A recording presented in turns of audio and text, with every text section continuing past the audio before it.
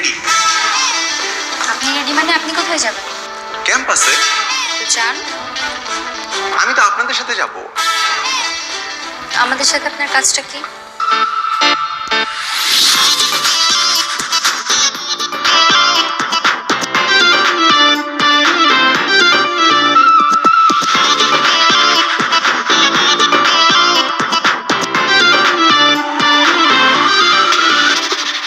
কিরে তুই তোর না করছে আমগো ভাই তারাবি না, তারপর তো আমগো ভাই তারাসকেন এমন খরচ কিনলে গা?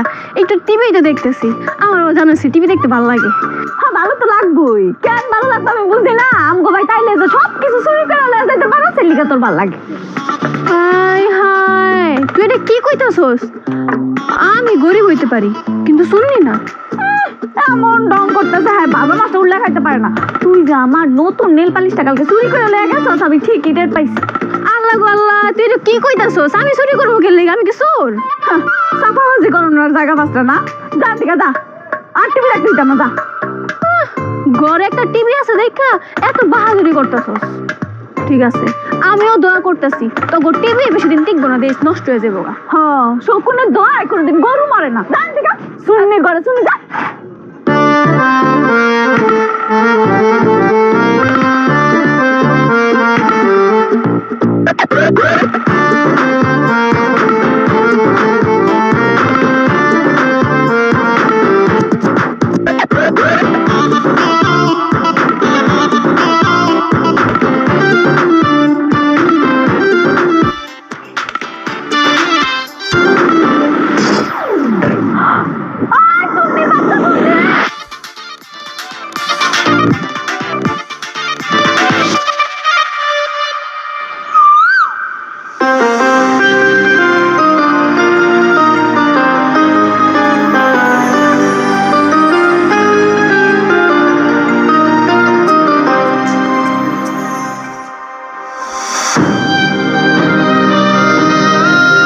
তোর জুতার মেলা কেন পয়সা জানোস?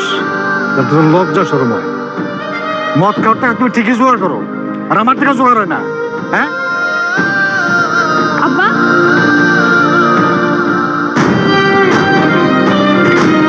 ও বাবা,